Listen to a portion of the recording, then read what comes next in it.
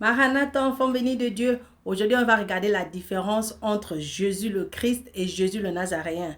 Marc chapitre 1 verset 7 nous dit, « Il prêchait disant, il vient après moi celui qui est plus puissant que moi, et je ne suis pas digne de délier en me baissant la courroie de ses souliers. » Dans l'évangile, Jésus est venu prouver qu'il était le Messie. Il est venu leur montrer comment avoir la foi. Et il est venu leur montrer que tout ce qui a été dit sur lui, il est capable de l'accomplir.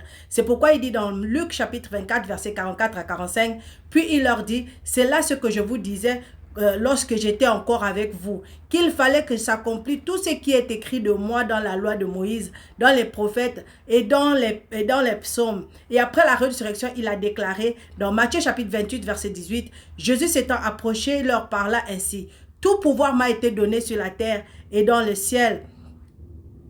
Et pourquoi? Parce que avant la résurrection, Jésus n'était pas capable de baptiser dans l'esprit. Parce que ça aussi, c'était l'une de ses missions. Il n'était pas seulement venu pour accomplir les prophéties, il était aussi venu nous donner le Saint-Esprit de Dieu.